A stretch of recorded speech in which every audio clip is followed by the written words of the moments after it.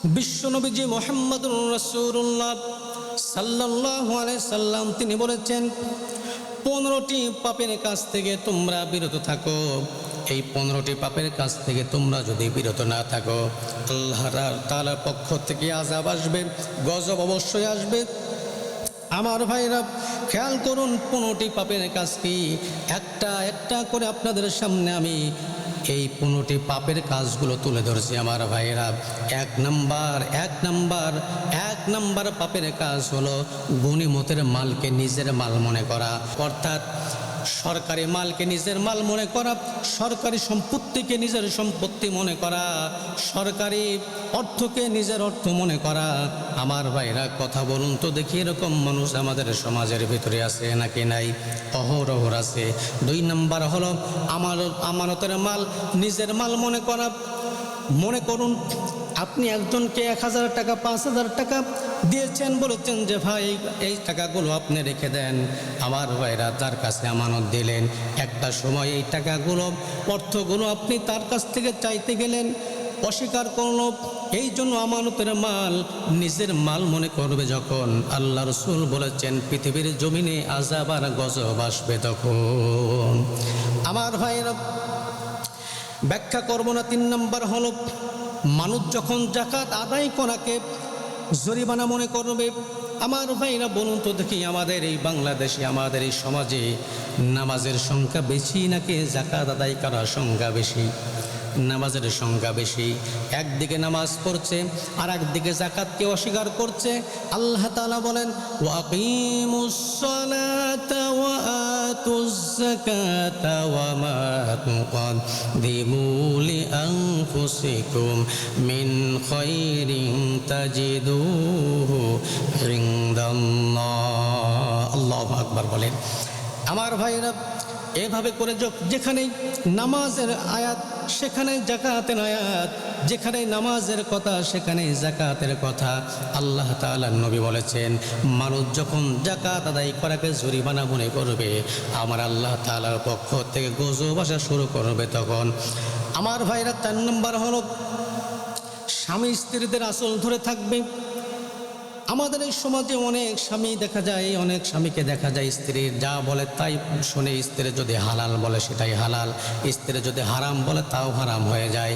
আমার ভাইরা অর্থাৎ স্বামীর প্রাধান্য কম দেওয়া থাকবে, স্বামীর প্রাধান্য নিজে নিজেই কমে যাবে। এই জন্য আমার বন্ধুগণ বিশ্বনবী যে বলেছেন অনেক স্বামী স্ত্রীদের আসল ধরে থাকবে যখন, আল্লাহর পক্ষ থেকে আযাব আসবে তখন। আমার ভাইরা 5 নাম্বার হলো সন্তান মায়ের অবাধ্য হয়ে স্ত্রীর খেদমত করবে। আমাদের সমাজে অনেক সন্তানকে দেখা যায় মায়ের খেদমত করে না, স্ত্রীর খেদমত করে, মাকে ভুলে গিয়ে স্ত্রীর সঙ্গে মিল মোহাম্মত বেশি রাখে। আমার ভাইয়ের এটা করা যাবে না। 6 নাম্বার হলো বাবার পরিবর্তে বন্ধুদেরকে সম্মান দেওয়া শুরু করবে। আমার বন্ধুগণ আমাদের সমাজে এটা অহরহ শুরু হয়ে গেছে। আমার ভাইরা 7 নাম্বার হলো যখন সমাজের নিকৃষ্ট মানুষকে নেতৃত্ব দেওয়া হবে, অর্থাৎ সমাজের নিকৃষ্ট মানুষ, পাপিষ্ট মানুষ, লম্পট, চাঁদাবাজ, রাহাজানি, খুন, ধর্ষণকারী, এই সমস্ত ব্যক্তিদেরকে যখন নেতৃত্ব দেওয়া হবে, অর্থাৎ এই সমস্ত ব্যক্তিরা যখন নেতা হবে সমাজে, যখন আল্লাহর পক্ষ থেকে আযাব আর গজব আসবে তখন। 8 নম্বর হলো শাস্তি থেকে বাঁচার জন্য সম্মান করা হবে। 9 নম্বর হলো মসজিদের ভিতরে হট্টগোল শুরু হয়ে যাবে। আজ বাংলাদেশ সহ গোটা বাংলাদেশের প্রতিটা জেলায়, প্রতিটা উপজেলায় আমার বন্ধুগণ মসজিদ নিয়ে গণ্ডগোল। কথা বলুন তো দেখি আছে না নাই? মসজিদের ভিতরে হট্টগোল শুরু হয়ে যাবে, মসজিদের ভিতরে গেলজাম শুরু হয়ে যাবে। এ আমার ভাইরা 10 নম্বর হলো মসজিদ হবে চাকচিক্য, কিন্তু আল্লাহ তাআলা ওই মসজিদ থেকে হেদায়েত তুলিয়ে নেবেন। আমার বন্ধুগণ বাংলাদেশের অনেক মসজিদ টাইলস হয়ে গেছে, বিভিন্ন রকম মেসি, বিভিন্ন রকম সুযোগ সুবিধা, কিন্তু থাকার পরেও আল্লাহ তাআলা আমার বন্ধুগণ ওই মসজিদ থেকে হিদায়াত আমার আল্লাহ রাব্বুল আলামিন উঠিয়ে নিয়ে গেছে। সুতরাং মসজিদ হবে চাকচিক্য, হিদায়াত উঠে যাবে। 11 নম্বর হলো পুরুষেরা রেশমি কাপড় পরবে। জোরে বলেন কিসের কাপড়? পুরুষেরা রেশমি কাপড় পরবে। 12 নম্বর হলো প্রকাশ্যে মদ পান করা হবে যখন, আল্লাহর পক্ষ থেকে আযাব আর গজব আসবে তখন। 13 নম্বর হলো বাদ্যযন্ত্রের সংখ্যা বেড়ে যাবে। আমার ভাইরা বাংলাদেশের প্রত্যেকটা প্রত্যেকটা জায়গায় বাদ্যযন্ত্র আসে না নাই, অনেক জায়গায় বাদ্যযন্ত্র, এই বাদ্যযন্ত্র ছাড়া জমেই না, কথা বলুন ঠিক কিনা আমার ভাইরা। 14 নম্বর হলো গায়িকাদেরকে সম্মান করা হবে, আলেমদেরকে অসম্মান করা হবে, গায়িকাদেরকে সম্মান করা হবে। 15 নম্বর হলো সর্বশেষ, উম্মতের শেষ জামানার মানুষেরা প্রথম জামানার মানুষদেরকে গালিগালাজ করবে।